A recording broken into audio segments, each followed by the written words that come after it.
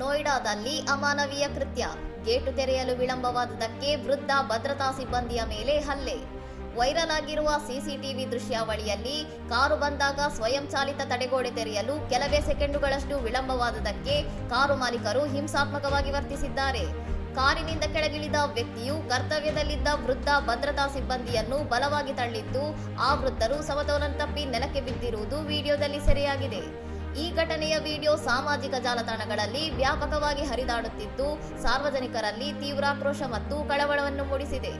ನೆಟ್ಟಿಗರು ಈ ಕೃತ್ಯವನ್ನು ಖಂಡಿಸಿದ್ದು, ಈ ವ್ಯಕ್ತಿಯನ್ನು ಕೂಡಲೇ ಜೈಲಿಗೆ ಹಾಕಿ ಎಂದು ಒತ್ತಾಯಿಸಿದ್ದಾರೆ ಮತ್ತು ಭದ್ರತಾ ಸಿಬ್ಬಂದಿಗಳು ಆತ್ಮರಕ್ಷಣೆಗಾಗಿ ಇಂಥವರ ವಿರುದ್ಧ ತಿರುಗಿ ಬೀಳಬೇಕು ಎಂದು ಅಭಿಪ್ರಾಯಪಟ್ಟಿದ್ದಾರೆ.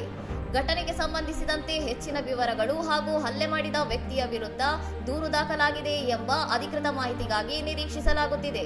ಇನ್ನಷ್ಟು ಸುದ್ದಿಗಳಿಗಾಗಿ ನೋಡ್ತಾ ಇರಿ ಸೌರಂ ಟಿವಿ.